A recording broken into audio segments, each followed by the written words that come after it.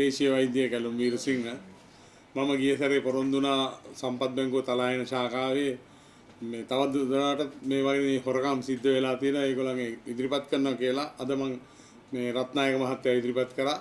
තව කීප දෙනෙක් ඉන්නවා මේකට ඉදිරිපත් කරන බැංකුව සුදුන වෙන්න යන හැමතිස්සෙම අපි නිර්දෝෂී කියලා දැන් ඊයේ පෙරේදා මාධ්‍ය ප්‍රකාශයක් කළා තියෙනවා බැංකුව නිර්දෝෂී මේ ගෙවා ගන්න බැරි කණ්ඩායමක් මේ බොරුවක් කරනවා කියලා. දැන් ඕගලන්ට ඔප්පු වෙනවා ඇති මේ ගෙවා ගන්න බැරි කණ්ඩායමක්ද මේ මිනිස්සයා හිඟමනටපත් වෙලා මානසික රෝගියෙක් වෙලා ඒ මිනිස්සේ තිබ්බ සියලු සබ්බ සකල්මනාම නැති වෙලා අද තමන්ට වෙච්ච අසාධාරණේ කියා ගන්න බැරි තත්ත්වයටපත් වෙලා තමන්ට වෙච්ච අසාධාරණේ කියා ගන්න බැරි. මොකද එච්චර හිත ආවේගශීලී වෙලා හිත එකතැන තියාගෙන කියන්න බැරි වෙලා ඔන්න රටේ මිනිස්සුන්ට වෙලා තියෙන දේ මේක සම්පත් බැංකුවේ තලාහෙන ශාඛාවේ කළමනාකාරවරයා සහ අනිකුත් අය මේකේ හැමෝම සම්බන්ධයි. බැංකුවේ සියලුම RM ගේ ඉඳන් සියලුම මොකද RM නේ OD එක පාස් කරන්න ඕනේ. අපි ඉල්ලන්නේ නැති OD එකක් කොහොමද පාස් කරන්නේ?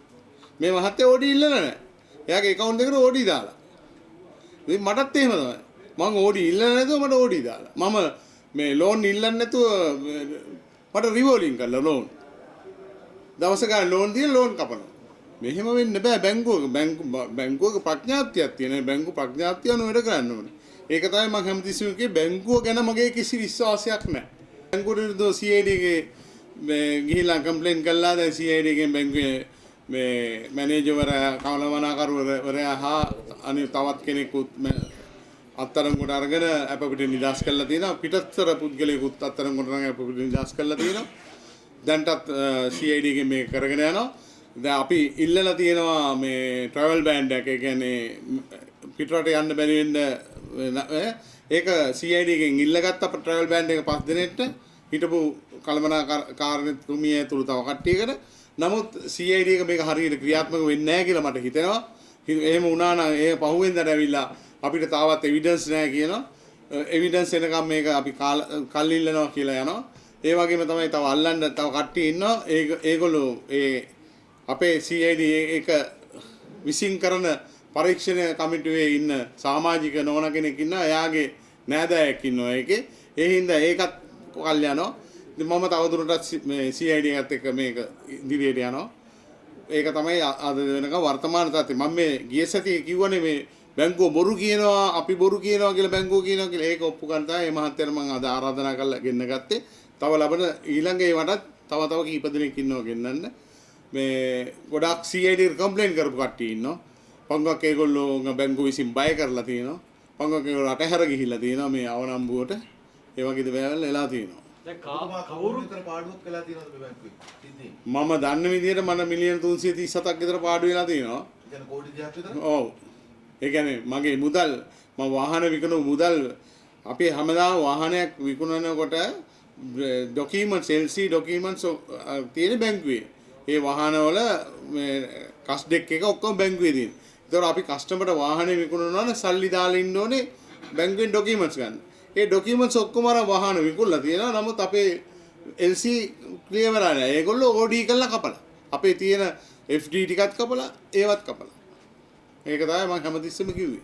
ඔය ගැන නම් කොහොමවත් විශ්වාස නැහැ. මම මෙතෙක්කල් අද වෙනකම් මේ මොහොත වෙනකම් ගරු අධිකරණය ගැන තමයි විශ්වාස තියන්නේ. මොකද ගරු අධිකරණය අපිට හොඳ යහපත් දෙයක් කරයි කියලා විශ්වාස කරනවා. මොකද හැමදාම අධිකරණය යහපත් ලංකාවේ තියෙන අධිකරණය හරියටම හැම මිනිස්යාටම හරි විදියට අධිකරණ තීන්දුව දීලා යහපත් දේවල් කරලා තියෙනවා. ඉතින් ඉදිරියටත් අධිකරණය ගැන තමයි මේ විශ්වාසය තියාගෙන වැඩ කටයුතු කරන්නේ.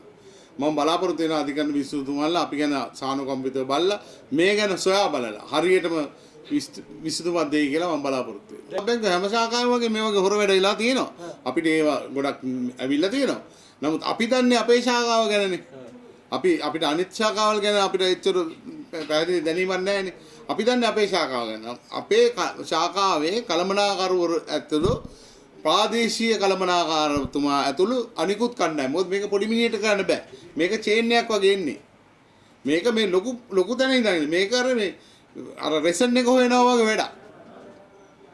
තමන් ආවම අනිත් කෙනාට යමක් හොයලා දෙන්න ඕනේ. මේම නැත්තම් මොකද මේ බැංකුවේ ග්‍රේඩ් එක අඩු වෙනවා. තමන්ට ඉන්න බැරි වෙනවා. ඒගොල්ලෝ සතුටු කරන්න ඕනේ. වටේ ඉන්න කට්ටිය සතුටු කරන්න. ඉතින් මේ මිනිස්සයා රුපියල් ලක්ෂයක විතර පඩියක් අරගෙන මේ මිනිස්සයා වාහනේ ලීසින් එක ලක්ෂයක් විතර ගෙවලා ළමයි ඉස්කෝලේ දාන්න එක ළමෙක්ට ළමයි 3 දෙනෙක් ඉන්නවා. එක ළමෙක්ට මාසේ 50000 කට වීදම් කරලා එතන ලක්ෂයකමාරයි. ගෙදර කුලිය ලක්ෂ 2යි. ලක්ෂ 3මාරයි ලක්ෂ 5ක් විතර මිනිස්සු හොයන්නේ මේ වගේ ජල්බරි දාන්න වෙනවනේ ලක්ෂයක් විතරනේ පඩිය. නැත්නම් ඉතින් පොඩි පඩියක් අරගෙන ලෝන් ගහලා ඒ ලෝන් උත් කැපිලා නේද? අනිත් එක තමයි කස්ටමර්ට 100%යි ලෝන් එක. බැංකුවේ වැඩ කරන මැනේජර් 104යි. කොහොමද වැඩේ? එහෙම පුළුවන්ද දෙන්න? මේ ඉක්වල් වෙන්නේ හැමෝම එක සමාන වෙන්න බෑ. හැමෝටම එක විදියට කරන්න බෑ. මැනේජර් බැංකුවේ වැඩ කරා කියලා මැනේජර් ගන්න අඩුයි කස්ටමර් අපෙන් තමයි මේ මිනිස්සු දවල්ට තේක බීලා කේක් කෑල්ල කාලා තේක බොන්නේ. අපේ සල්ලි වලින්. අපෙන් පොලි දාලා. ට්‍රිප් යන්නේ. ඕක තමයි සබෑ තත්ත්වය. ඉතින්